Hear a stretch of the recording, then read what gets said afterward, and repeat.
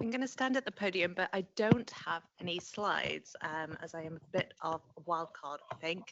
And I can't seem to get this back in the thing. There we go.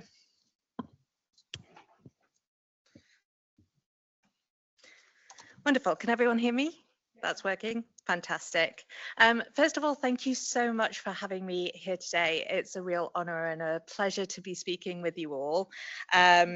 I am Martha de la Roche, and the Insights and Engagement Manager at the Access to Justice Foundation, and I'll be talking a little bit more about our work.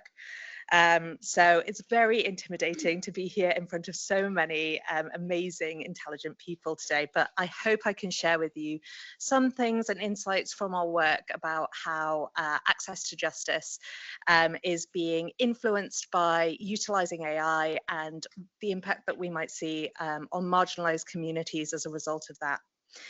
So very, very briefly, in terms of who we are, the Access to Justice Foundation is a charity. We're a fundraising grant maker. So a little bit of a duality of role there. We make grants to fund free legal advice organizations who are often supporting the very most marginalized and most vulnerable communities across the country access and enforce their legal rights. We're one of the only funders across the country that has this as our sole focus and purpose.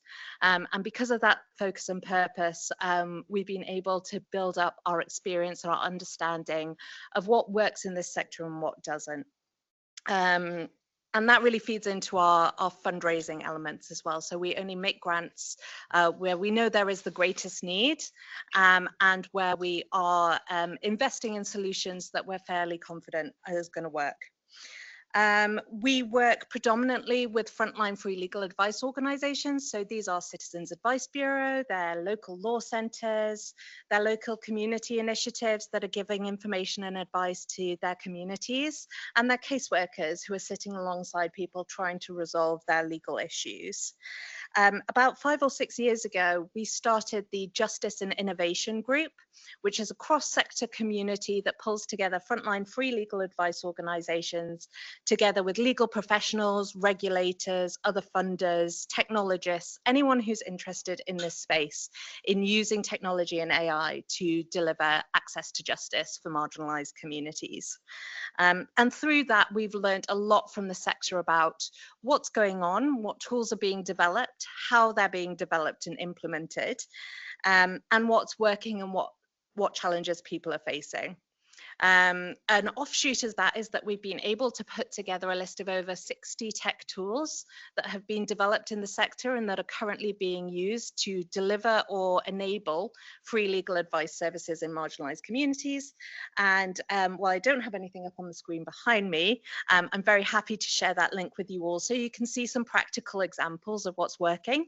That list will also link you to the relevant presentation that those organizations have done at the Justice and Innovation Group. So we film all the demonstrations of all the tools that we feature, and then we link through to their presentation. So you can find contact details and how everything works via that website link. In terms of the use of AI that we're seeing at the frontline free legal advice sector, it's very much what we tend to refer to as a small using of AI. So it's not using AI to enforce decision making. We hear a lot of rhetoric about how it's being used in the wider justice system, about how judges might be using AI, for example, to make decisions, how we might be able to measure justice outcomes and preempt certain results or outputs of different legal cases. That's not how we're looking at it being used. It's at a much more practical level. And most prolifically, we see AI being directed into service delivery mechanisms. So that's some type of entity or initiative that is aimed at delivering free legal advice services to people, so to members of the public or specific communities. What we're seeing much less of, and this is very contrary to what we see in the private legal sector, is using AI to deliver efficiency gains. So this is what you can shave off your administration, your processes, using AI to help you run more efficiently. And at the larger firms, it's do more for less money, but keep all of your profits. At the front line, it is see more people. And just to talk a little bit more about what we see as some of the reasons behind that, it's mainly driven by need. So capacity of frontline free legal advice organizations has drastically shrunk over the last 10 years or so. Many of you will be aware of the Legal Aid Sentencing and Punishment of Offenders Act, which stripped out a lot of civil legal aid availability for social welfare legal cases. So this is any attempt at appealing your benefits decisions.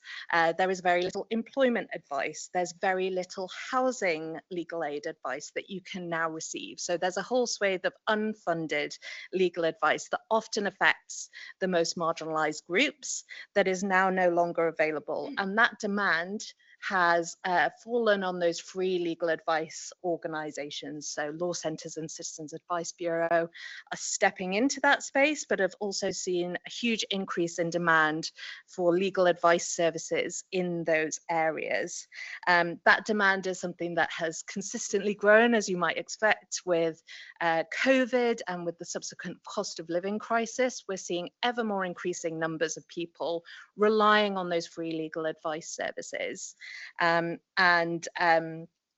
number continues to grow and expand.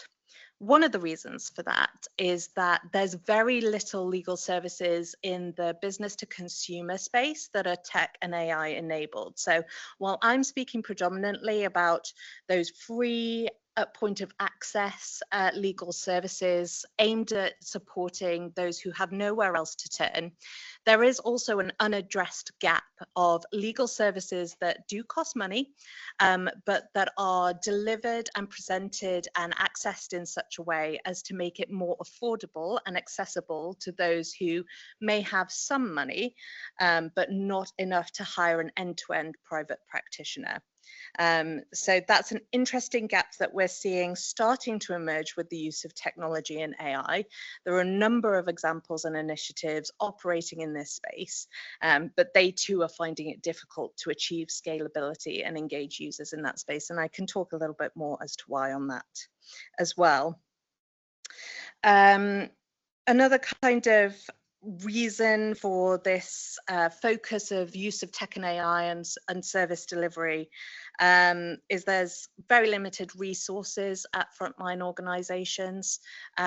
So what we see is that organizations are constantly firefighting. They're meeting the demand that is coming through the doors, and there isn't too much investment in leadership time or headspace to engage with some of these more strategic questions as to how we deliver services and to who.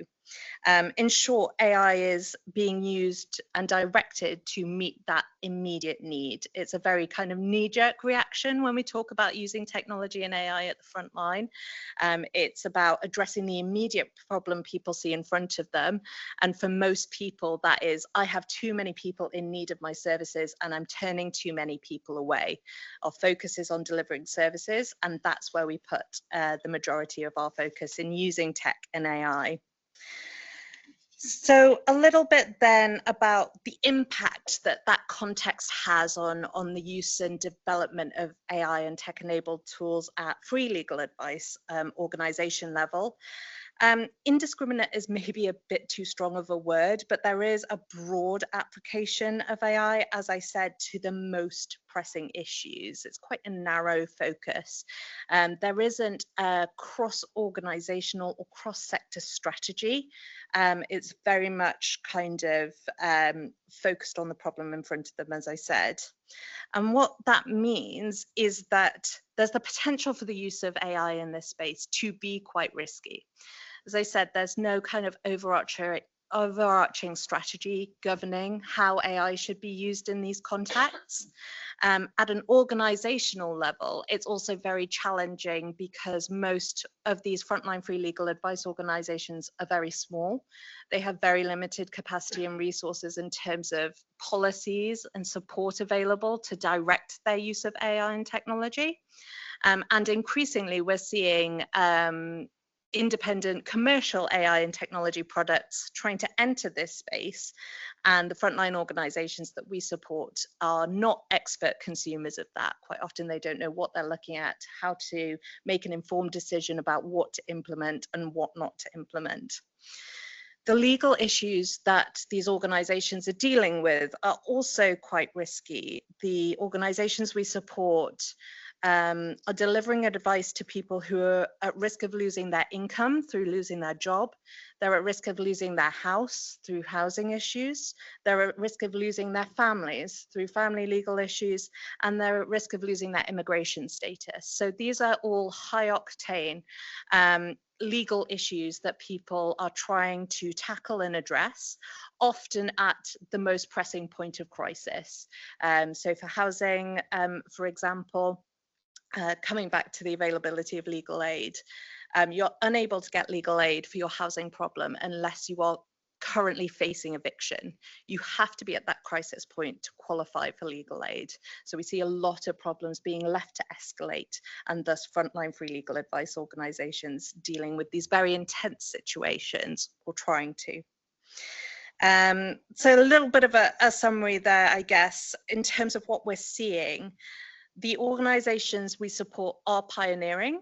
They have had to adapt and reframe and redeliver their services in a number of different ways to combat the various cuts to funding, the challenges around resourcing.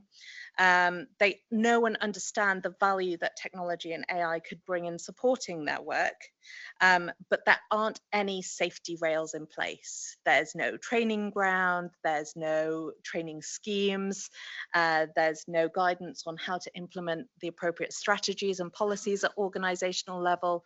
And unlike with lawyers, there's not a professional body like the Law Society or the Bar Council who's able to help out with some of those frameworks. And just to pick on that very kind of stark contrast between the private legal sector and the law tech sector as we see starting to emerge. Obviously, law firms, at least the larger ones, have large innovation teams. They will have in-house spaces where they can develop and sandbox initiatives. They have extensive training, development and implementation strategies that cover across organizations. And they are also subject to rigorous risk regulation and a framework around regulation which has to standardize what they're doing. And of course, there's money to invest as well in a corporate and commercial environment. Law firms and companies get to decide how they're investing in these new technologies and strategies around delivering services.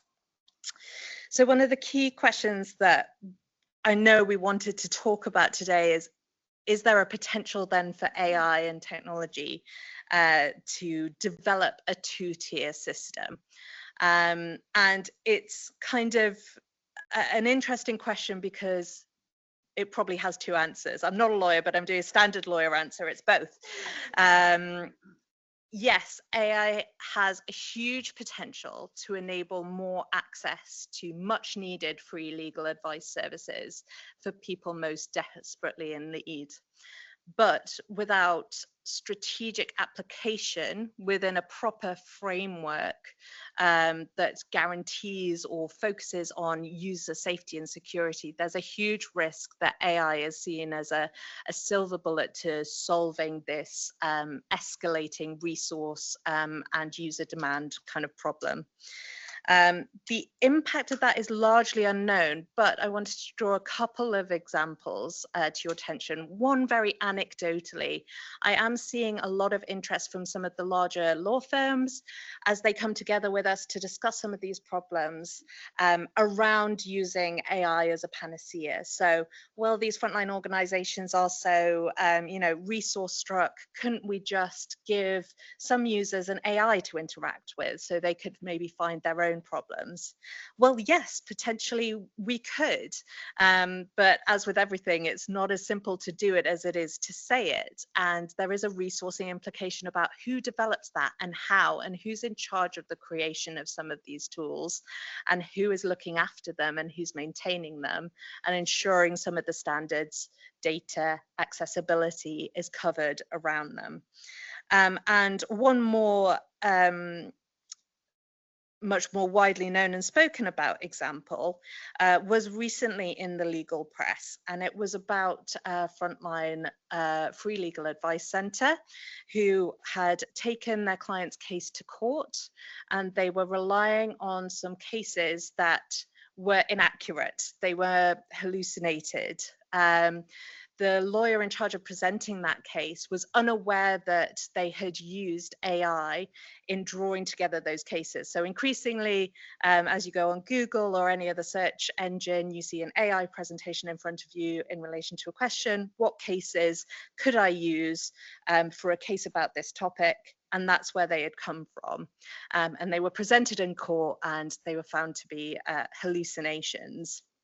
And the issue around that is not necessarily the use of AI in drawing together that information, but it's interesting that this case was brought by a law centre, which is traditionally and typically very under-resourced in terms of the staff they have available, the supervision they have available. Technically, this was a human error. It was a lawyer's error. Someone had not checked over the cases. No one had supervised this case properly, but their reason for doing that is they're entirely resource constricted. That's not an excuse. There are professional requirements that are in place that need to be adhered to, but the context of that point is interesting, that where we can find time and saving resources in one space, it's not necessarily being overseen with quite the level of quality or control we would want to. There's maybe too much trust being given to individuals in utilizing AI on their own. And that is what I would say is generally speaking what we're seeing as a trend emerging. AI use by organizations is still fairly limited, but AI use by individuals is consistently growing and will continue to grow. And within a context where there's very little training available or resources available to educate people as to what the potential impact of that is, then the potential damage caused by those interactions is going to continue to grow. Very quickly, to round off, just in terms of where our interest lies as an organization, we really recognize the potential of AI to support more people getting access to free legal advice and access to justice. One of the tools that we're interested in exploring, their developer suggests that 100,000 more people every year could be supported by implementing a single AI-enabled tool. That's not a service delivery tool. That is an efficiency delivering tool at the back end of free legal advice organizations' case management systems. So relatively low tech. It's just transcribing client meeting notes, picking out keywords quicker, linking frontline advisors and supervisors together in a more efficient way. But that subsequent time-saving resource can then be applied to seeing more people and serving more people, which is ultimately what we want to see.